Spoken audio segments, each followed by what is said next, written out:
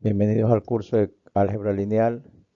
Hoy vamos a revisar el tema correspondiente a matrices.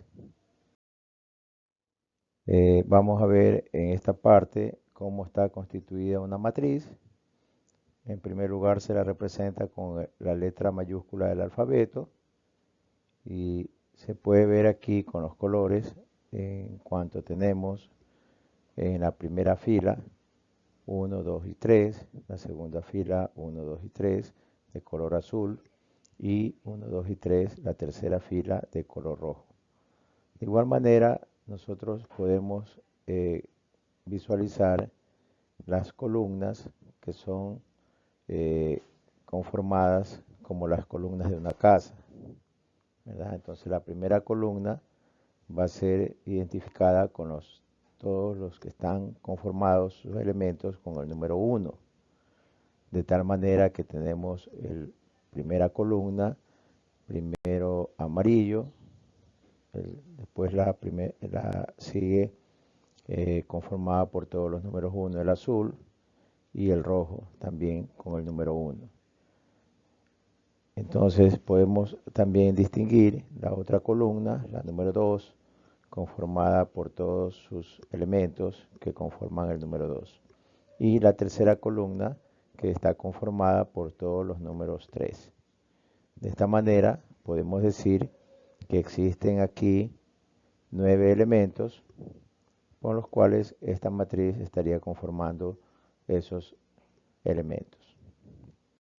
De acuerdo a la definición y notación en la parte algebraica, podemos decir que una matriz es un conjunto de datos organizados en m filas y n columnas, como lo vimos en la diapositiva anterior. El concepto de matriz está dado, pues, como lo decíamos, con la letra mayúscula del alfabeto, en este caso es la A, y también las columnas que se representan en esta parte. Podemos ver eh, cómo están, ¿verdad? Sus elementos. En este caso podemos ver las columnas de esta manera con A11, A21, A31, AM1. ¿Qué significa esto? Esto significa que va a existir, ¿verdad? Estas columnas, ¿no? En el primer nivel. Primero las filas, que sería connotado aquí con el número 1, y luego la posición de la columna con el número 1. Es decir, A11 significa que está en la primera fila y la primera columna. Si pasamos aquí al elemento A12, nos quiere decir que está en la primera fila y en la segunda columna. De igual manera, el elemento A13 nos está indicando que tenemos primera fila y tercera columna, hasta puntos suspensivos A1N, que significa la primera fila y N columna. Entonces, este es para el caso de las columnas. En el caso de las filas, ustedes pueden ver aquí con estas flechitas rojas, cómo está indicando que esta corresponde a la primera fila. El A21 es la posición de la segunda fila y la primera columna. Es decir, aquí tenemos en esta flechita la segunda columna y, perdón, la segunda fila y la tercera fila que está compuesta por todos estos elementos, hasta AM1, que significa AM, indistintamente el número de fila, y la primera columna. AM2, ¿verdad? La segunda eh, columna, hasta el número determinado de filas, hasta llegar a, a tener una congruencia entre M y N, que será el número de filas y el número de columnas. Es decir, la dimensión va a estar dado por Mn, que es Mn el número de términos. En esta notación se representa por letras mayúsculas, puede ser A, puede ser B, y a sus elementos de forma A y J, donde I representa la fila y la J la columna a la que pertenece el elemento. Entonces, esta es el orden y la definición y notación de lo que corresponde a una matriz. Luego, podemos encontrar aquí los tipos de matrices. De igual manera, tenemos la matriz fila, constituida por una sola fila, como por ejemplo, aquí tenemos el 2, el 3 y el -1. Son los numerales que corresponden a esta fila. Como es única, se llama matriz fila. La matriz columna, constituida por una sola columna, que es -7, 1 y 6, podemos ver que equivale a una sola columna. La matriz rectangular, el número de filas es distinto al número de columnas, siendo su dimensión m por n. Es decir, vamos aquí a tener una particularidad, que el número de filas va a ser distinto al de las columnas, ¿no? Entonces aquí vemos que la dimensión de estas filas son 2 filas, pero tenemos 3 columnas, ¿no? Esa es la característica de esta matriz rectangular. La matriz transpuesta se llama una matriz transpuesta de a la matriz que se obtiene cambiando ordenadamente las filas por las columnas.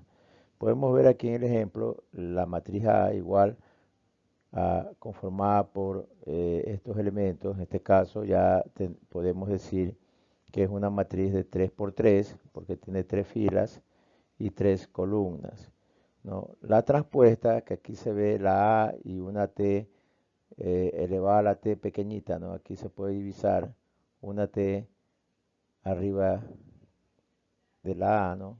Aquí como exponencial, significa la transpuesta y no es otra cosa que cambiar el orden, ¿verdad? Lo que aquí estaba, esta fila, ¿verdad? Pasa ahora a ser columna acá.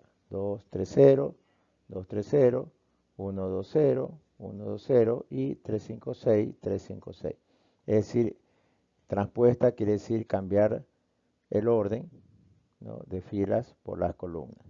¿Cómo se aprecia en este ejemplo? Matriz nula, cuando todos los elementos son ceros, es decir, todos tienen el 0, ¿no? Y en el caso de que sea una matriz cuadrada, el número de filas y columnas son iguales, es decir, tiene el mismo orden, 3 filas y 3 columnas.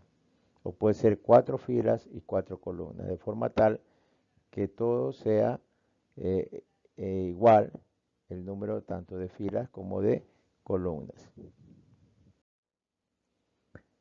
La diagonal principal de una matriz cuadrada, estamos identificando en este momento a qué se llama diagonal principal de una matriz cuadrada. Bueno, pues se denomina la diagonal principal de una matriz cuadrada a la formada por los elementos donde la fila es igual a la columna, es decir, A, I, I, ¿no?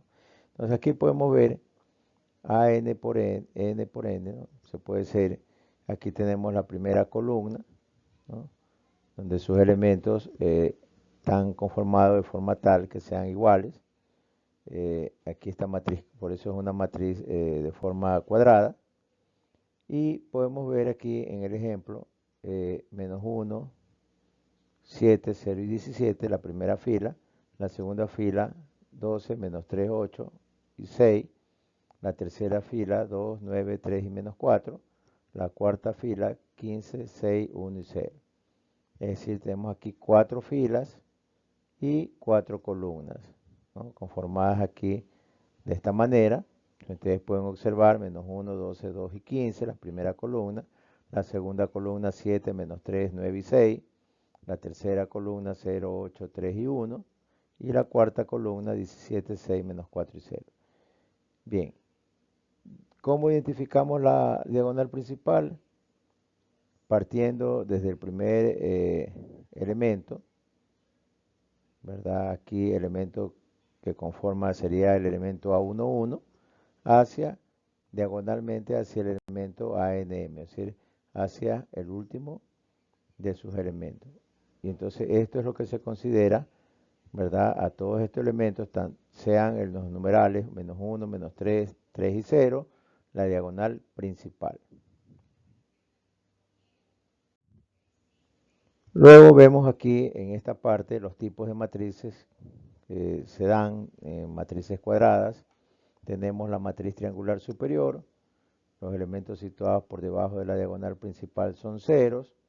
Y cuando hablamos de una matriz triangular superior, tenemos que hacer una connotación, en vez de ser hacia arriba, es lo que está debajo de la diagonal principal, que sus elementos son igual a cero. Como podemos observar aquí, en esta matriz cuadrada, ¿no? Debajo de su diagonal principal, tenemos estos tres elementos que son igual a cero. La matriz triangular inferior, los elementos situados por encima de la diagonal principal son cero. Es decir, cuando hablamos de matriz triangular inferior, estamos diciendo que los valores por encima de la diagonal principal, en este caso, son cero. Aquí podemos observar que tenemos por la parte de encima de esta diagonal principal sus valores cero. En el caso de la matriz diagonal, todos los elementos no diagonales son nulos, ¿no? Es decir, tanto por encima o por debajo de la diagonal principal son cero. La matriz escalar, bueno, esta matriz diagonal en la que los elementos de la diagonal principal son iguales. Una matriz escalar se entiende que todos sus elementos de la diagonal principal son iguales. En este caso corresponde a 2, 2 y 2. Entonces estamos hablando de una matriz escalar. Si la matriz de identidad también o unidad corresponde a los que los elementos de la diagonal principal en este caso es igual a 1. ¿Sí? Entonces esta es la parte que hay que tener en cuenta, porque de aquí podríamos sacar con ejemplos u otros ejemplos los tipos de matrices cuadradas y nos sirve para un reactivo, ¿verdad? O de un cuestionario.